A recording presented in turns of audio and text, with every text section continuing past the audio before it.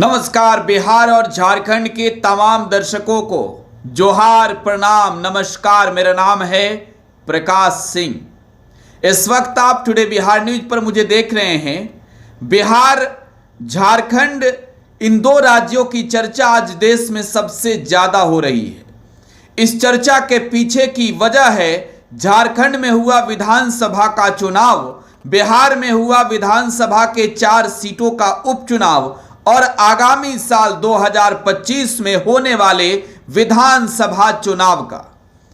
वजह यह है कि बिहार में जो चुनाव के नतीजे होंगे, झारखंड और महाराष्ट्र के चुनावी नतीजे आज ही वो तस्वीर खींचकर स्पष्ट कर देगी।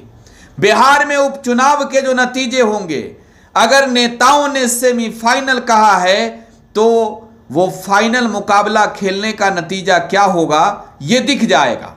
लेकिन चलिए आपको हम झारखंड के उन 7 विधानसभा सीटों का हाल बताने जा रहे हैं जहां पर बिहार की पार्टी राष्ट्रीय जनता दल ने चुनाव लड़ा। आरजेडी, जिसके लिए तेजस्वी यादव ने मजबूत चुनाव प्रचार किया, तेजस्वी यादव से लेकर लालू यादव तक झारखंड के 7 सीटों पर चुनावी प्रचार में उतरे। तो झारखंड का चुनावी नतीजा क्या होगा? झारखंड में इस बार लालू यादव के लालटेन की लौ जलती दिखाई देगी या फिर कहीं बीजेपी के कमल से लालटेन बूझने जाएगी? कहीं चिराग के हेलीकॉप्टर का हवा भारी दिखेगा? तो चलिए आपको ये समझा देते हैं कि उन 7 सीटों का हाल क्या है जहां आरजेडी ने, राष्ट्रीय जनता दल ने चुनाव लड़ा था, जहां लालू प्रसाद यादव ने पसीने बहाए थे, जहां तेजस्वी यादव ने चुनावी रैली करके माहौल बनाया था। तो पहले आपको यह जानना जरूरी है कि राष्ट्रीय जनता दल झारखंड के किन 7 सीटों पर चुनाव लड़ रही थी। राष्ट्रीय जनता दल हुसैनाबाद, कोडरमा, देवघर, गोड्डा, विश्रामपुर, चतरा और छतरपुर में चुनाव लड़ी। और इन 7 सीटों पर आरजेडी के योद्धाओं की स्थिति क्या है? अगर एग्जिट पोल की मैं बात करूं तो एक्सिस माई इंडिया का एग्जिट पोल, जो आज झारखंड में सबसे ज्यादा चर्चा में है, झारखंड का एग्जिट पोल, एक्सिस माई इंडिया का एग्जिट पोल कह रहा है कि झारखंड में सरकार महागठबंधन की बन रही है।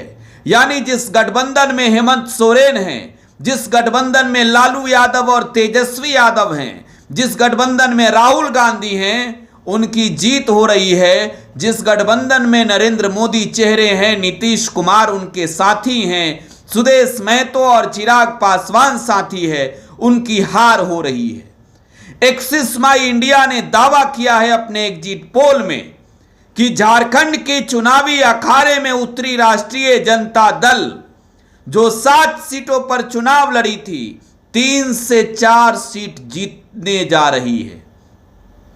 तो ये 3 से 4 सीट कौन हो सकते हैं, ये भी आपको समझना जरूरी है। लालू यादव और तेजस्वी यादव का मेहनत कितना काम आएगा ये भी जानना जरूरी है। हेमंत सोरेन ने जो तेजस्वी यादव के लिए चुनावी रैलियां की, इसका परिणाम क्या होगा ये भी देखना जरूरी है। कल्पना सोरेन के चुनावी रैलियों का असर कितना है ये भी आपको समझना जरूरी है। पप्पू यादव, लालू यादव के भले ही धुर विरोधी हों, लेकिन झारखंड में जिन्होंने आरजेडी के लिए भी प्रचार किया, माहौल वहां क्या है? तो शुरुआत एक और से करेंगे और सटीक शब्दों में आपको समझा देने जा रहे हैं आज ही कि झारखंड की चुनावी लड़ाई में राष्ट्रीय जनता दल का परिणाम क्या होगा। इससे पहले 2019 के चुनाव में आरजेडी मात्र 1 सीट जीत पाई थी, चतरा की। सत्यानंद भोक्ता राष्ट्रीय जनता दल के टिकट पर चुनाव जीते थे। झारखंड की सरकार में वो श्रम संसाधन विभाग के मंत्री भी बने। तो खैर, अब इस बार भोक्ता तो चुनाव नहीं लड़ रहे हैं, लेकिन उनकी बहू जरूर चुनाव लड़ रही है। तो चतरा की भी बात होगी। लालू यादव के सबसे करीबी कहे जाने वाले उनके रिश्तेदार सुभाष यादव कोडरमा में चुनाव लड़ रहे हैं। यादव बहुल इस कोडरमा के इलाके में लालू यादव की लालटेन की रोशनी एक बार फिर से क्या बढ़ने वाली है, जलने वाली है, दिखने वाली है, यह भी आपको समझा देंगे इसी रिपोर्ट में। इसके अलावे देवघर जो भगवान भोलेनाथ की नगरी है, यहां से सुरेश पासवान को टिकट देकर तेजस्वी यादव ने मैदान में उतारा। राजनीतिक रूप से सुरेश पासवान की पृष्ठभूमि समझे तो वो पूर्व में भी लालू यादव के लालटेन की लौ जला चुके हैं। इस बार कितना सफलता मिलेगी ये देखने वाली बात होगी, ये भी आज ही समझा देंगे। इसके अलावा अगर मैं बात करूं तो छतरपुर में विजय राम की स्थिति क्या होगी ये भी आप जानेंगे। इसके अलावा हुसैनाबाद में संजय सिंह यादव की स्थिति क्या होगी ये भी आपको इसी रिपोर्ट में समझना है। इसके अलावा गोड्डा में संजय यादव क्या करेंगे ये भी आपको बताएंगे। साथ ही साथ विश्रामपुर में नरेश बाबू का क्या हाल है ये समझना है तो इस रिपोर्ट को आखिरी तक देखिएगा। चलिए शुरुआत कर देते हैं सबसे पहले देवघर से ही। देवघर जहां पर तेजस्वी यादव कैंप करके बैठे रहे, लगभग 4-5 दिन तो तेजस्वी यादव ने अपना ठिकाना ही देवघर में बना लिया था। देवघर में बैठकर ही तेजस्वी यादव झारखंड के इन 7 सीटों की पूरी पृष्ठभूमि समझ रहे थे और झारखंड में जाकर तेजस्वी यादव ने इतना मजबूत कर दिया है आरजेडी के उम्मीदवार सुरेश पासवान को कि इस बार के एग्जिट पोल ये बता रहे हैं नतीजा जो होगा वो तो देखा जाएगा, मजबूती सुरेश पासवान की ही है। एज सुरेश पासवान को मिल रहा है। यहां पर नारायण दास चुनाव लड़ रहे हैं बीजेपी के टिकट पर। सत्ताधारी जेएमएम इस बार समर्थन में आरजेडी के ही है। तो देखिए नारायण बाबू की स्थिति क्या होगी यह भी समझना जरूरी है आपके लिए। नारायण दास जो वहां के विधायक हैं, सिटिंग एमएलए हैं, नाराजगी बहुत ज्यादा है। ये कहते हैं लोग कि काम ज्यादा नहीं किए हैं और 2-2 बार के विधायक हैं तो एंटी इनकम्बेंसी भी बढ़ गई है। और सुरेश पासवान लोगों के बीच में एक चर्चित छवि रहे हैं, चेहरे रहे हैं। और आपके सामने जो हम ग्राफिक्स दिखा रहे हैं, इस ग्राफिक्स में जो आप देख रहे होंगे इस वक्त नीचे की लाइन में जहां पर आरजेडी के बारे में लिखा गया है, जहां आरजेडी के ठीक बगल में 3-4 सीट दिख रहा है आरजेडी के लिए, उसमें एक सीट देवघर का भी होने जा रहा है। आरजेडी के सुरेश पासवान चुनाव जीतने जा रहे हैं। इसके बाद आपको लिए चलना चाहेंगे देवघर के बाद वो सीट जहां की चर्चा चुनाव के ठीक पहले जहां दूसरे चरण में वोटिंग हुई, खूब शोर थी, गोड्डा की। गोड्डा में संजय यादव चुनाव लड़ रहे हैं। मुकाबला इनका बीजेपी के अमित मंडल से था और जो चुनावी अखाड़े में लड़ाई रही, आने वाले वक्त में ये गोड्डा के सीट की लड़ाई बहुत आगे जाएगी। गोड्डा के चुनावी परिणाम राष्ट्रीय जनता दल के पक्ष में आपको देखने को मिल सकता है। एज मिलता हुआ आरजेडी के उम्मीदवार संजय यादव को दिख रहा है। अमित मंडल यहां पर पिछड़ते हुए नजर आ रहे हैं मुझे। लेकिन मैं आपको कोडरमा की जब बात बताऊं, जब कोडरमा के बारे में समझाऊं, तो कोडरमा के बारे में आपको यह समझना होगा कि यहां पर नीरा यादव बीजेपी की सिटिंग एमएलए चुनाव लड़ रही है। शालिनी गुप्ता निर्दलीय ही मैदान में हैं। सुभाष यादव आरजेडी के टिकट पर मैदान में है और कोडरमा सीट पर लालू यादव के लालटेन की जीत भी फाइनल समझ लीजिए। मैंने 3 सीटों का ही बताया है, 4 सीट बाकी है। कोडरमा में लालू यादव का लालटेन इस वजह से जलता हुआ दिख रहा है कि बीजेपी के जो कैडर वोटर हैं वो कटते हुए दिख रहे हैं शालिनी गुप्ता के वोट, जो इंडिपेंडेंट कैंडिडेट है। और यहां की लड़ाई एकदम त्रिकोणीय है। शालिनी गुप्ता की स्थिति आज के वक्त में यह समझ लीजिए कि झारखंड की चुनावी लड़ाई की वो महिला जो पिछली दफे भी सुर्खियों में थी, जिन्होंने एक बेहतर प्रदर्शन किया था और इस बार भी कोडरमा में नंबर 2 पर रह सकती हैं, लड़ाई में हैं। हालांकि लालू यादव के लालटेन को, राजद के कैंडिडेट सुभाष यादव को शालिनी गुप्ता के वजह से काफी वहां पर जीत के करीब जाते देखा जा रहा है। और यही वजह है कि एज आरजेडी को मिल रहा है।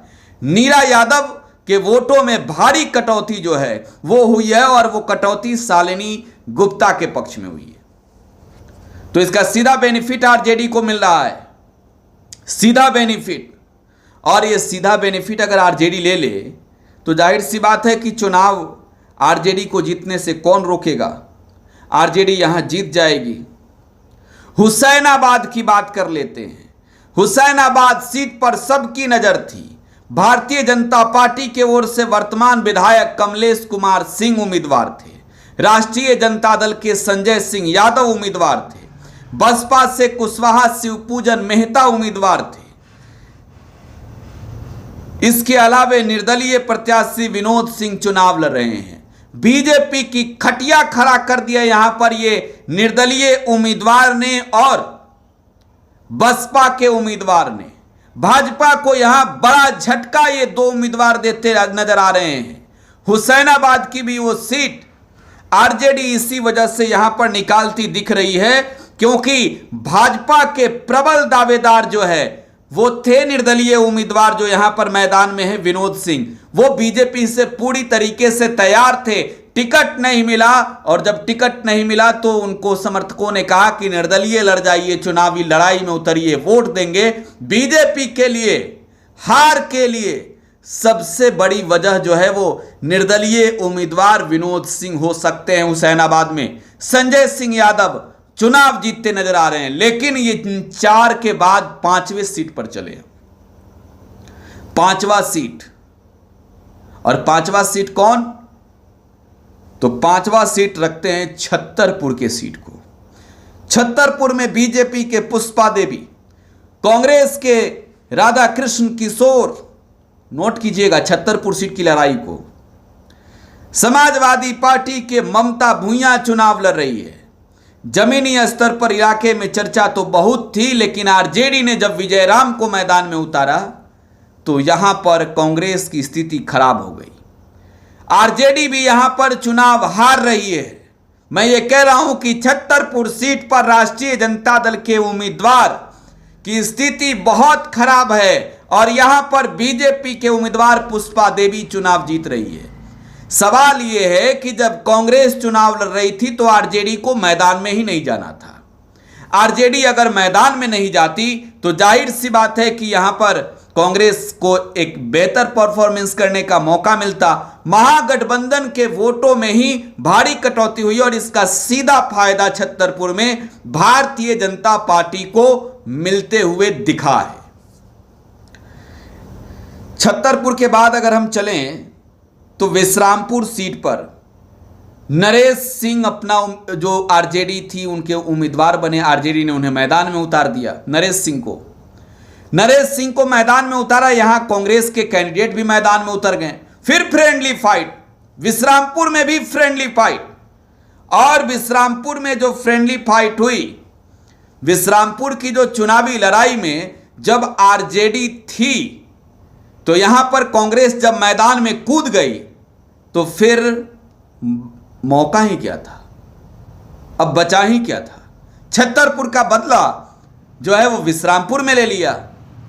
विश्रामपुर में आरजेडी के उम्मीदवार की हार हो रही है, स्थिति बेहतर नहीं है, और यहां पर एनडीए के उम्मीदवार की स्थिति काफी स्टेबल है, मजबूत है। और चुनावी लड़ाई में हालांकि अगर आप देखें तो आरजेडी ही है, आरजेडी से ही लड़ाई है एनडीए की, कांग्रेस से नहीं है। फ्रेंडली फाइट है कांग्रेस और आरजेडी के बीच, छतरपुर और विश्रामपुर, इन दोनों सीटों पर। और इन दोनों सीटों की लड़ाई ने महागठबंधन के अंदर भी पेंच फंसा दिया, पेंच। लेकिन चतरा का परिणाम जानते हैं क्या होगा? चतरा में रश्मि प्रकाश चुनाव लड़ रही है आरजेडी से। सबसे कम उम्र की कैंडिडेट झारखंड के चुनाव में रश्मि प्रकाश रही, 26 साल की। मुकाबला जनार्दन पासवान से था। एग्जिट पोल यह कह रहा है कि चतरा के चुनावी नतीजे जो भी हों, लड़ाई वहां के स्थानीय कैंडिडेट्स की नहीं थी। यह लड़ाई तेजस्वी यादव और चिराग पासवान के बीच की लड़ाई थी। चतरा सीट आरजेडी निकालती हुई नजर आ रही है और यहां चिराग पासवान जो है वो उनकी स्थिति जो है, हालांकि कांटे का टक्कर है, बहुत कम वोटों का मार्जिन हो सकता है। चिराग का कुनबा भी कमजोर नहीं है, जनार्दन पासवान की ताकत भी काफी मजबूत है, लेकिन सामने सत्यानंद भोक्ता है और इस लड़ाई को लेकर यही माना जा रहा है कि ये आर पार की लड़ाई, चतरा की लड़ाई होगी, ये तेजस्वी और चिराग की लड़ाई होगी। नतीजे 23 नवंबर को आएंगे। बहुत बहुत धन्यवाद, आप लगातार बने रहे टुडे बिहार न्यूज के साथ।